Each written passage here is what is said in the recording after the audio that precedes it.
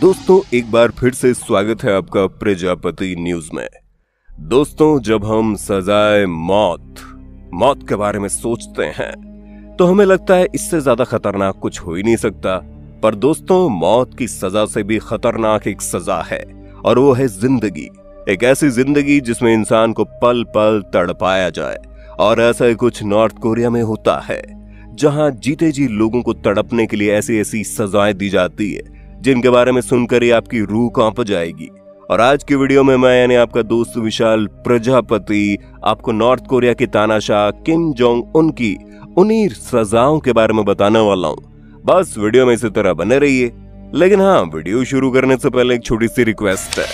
Video के नीचे red colour का सब्सक्राइब बटन दिख रहा होगा, उस पर क्लिक करके सब्सक्राइब कर लें और साइड में बेल आइकॉन भी दिख रहा होगा, उस पर भी क्लिक कर लें ताकि आपको वीडियो मिले सबसे पहले। 3 जनरेशन ऑफ पनिशमेंट रूल। दोस्तों जब कोई इंसान गलती करता है तो उसे सजा मिलती है, ये हम सभी जानते हैं। लेकिन नॉर्थ कोरिया में ये रूल नहीं है।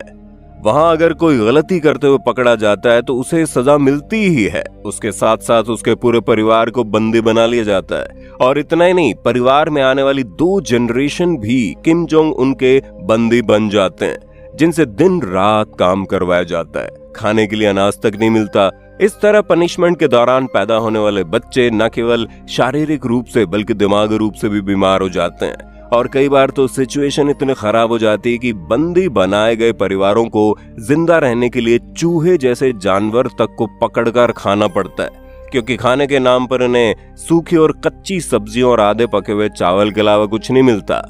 Man Yeats grass. दोस्तों वो कहते हैं ना कि पहले पेट पूजा फिर काम दूजा। लेकिन बेचारी नॉर्थ कोरियन लोगों के लिए कहावत कहीं से भी ठीक नहीं पड़ती, क्योंकि उनके पास खाने को कुछ है ही नहीं। नॉर्थ कोरिया में लोगों की जिंदगी इतनी ज्यादा खराब है कि उनके पास खाने के कोई ऑप्शन ही नहीं है। अभी नॉर्थ कोरिया से लीक हुई ये तस्वीर बहुत तेजी से वायरल हो रही है, जिसमें एक इंसान घास नोच कर खा रहा है। अब इसे देखकर ऐसा लग रहा है कि खेती के मकसद से ऐसा कर रहा होगा, पर नहीं दोस्तों। इस फोटो की असली सच्चाई जानकर आपके रोंगटे खड़े हो जाएंगे। असल में ये अपने पेट में लगी भूख की आग को मिटाने के लिए घास तोड़ रहा है, ताकि ये और इसका परिवार घास खाकर अपना पेट भर पाए। और ये केवल आज की बात नहीं है, नॉर्थ कोरियन लोगों के लिए रोज का काम है। Forced abortion. दोस्तों नॉर्थ कोरिया को अगर नरक कहा जाए तो गलत नहीं होगा।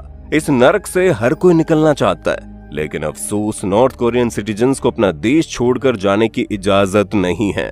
और अगर कोई बॉर्डर पार करने की कोशिश भी करता है तो उसे देशद्रोही समझा जाता है। और अगर कोई प्रेग्नेंट महिला ऐसा करती है तो उसकी और भी ज्यादा दुर्गति की जाती है। जबरदस्ती उसका अबॉर्शन करवाया जाता है।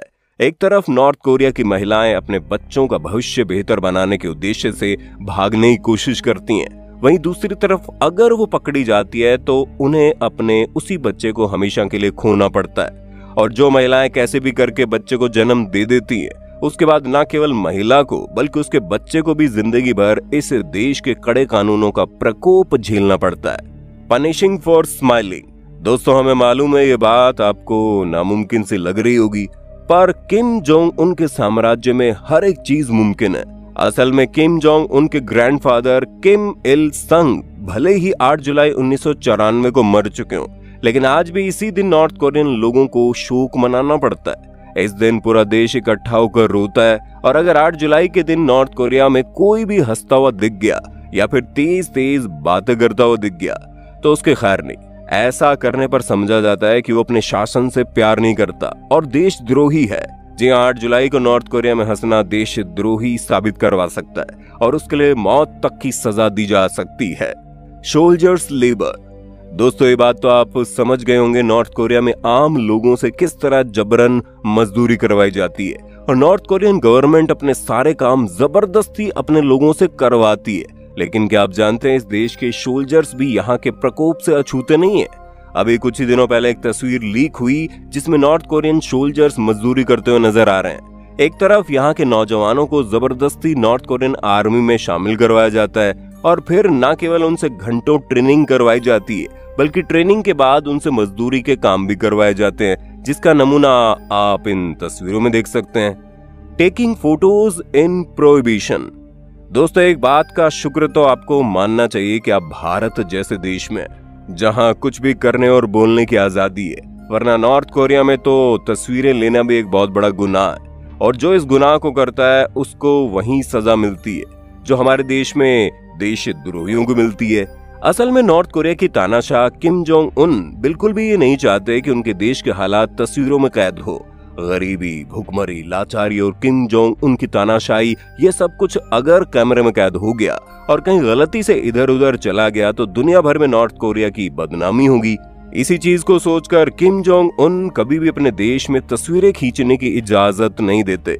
ऐसे में जितनी भी तस्वीरें आप सोशल मीडिया वगैरह पर देखते हैं वो सब कुछ नॉर्थ कोरिया के तानाशाह खुद दुनिया के सामने लेकर आते हैं, या फिर नॉर्थ और साउथ कोरिया के बॉर्डर से जो लोग चोरी चुपके तस्वीरें लेते हैं वो हमारे सामने आती हैं।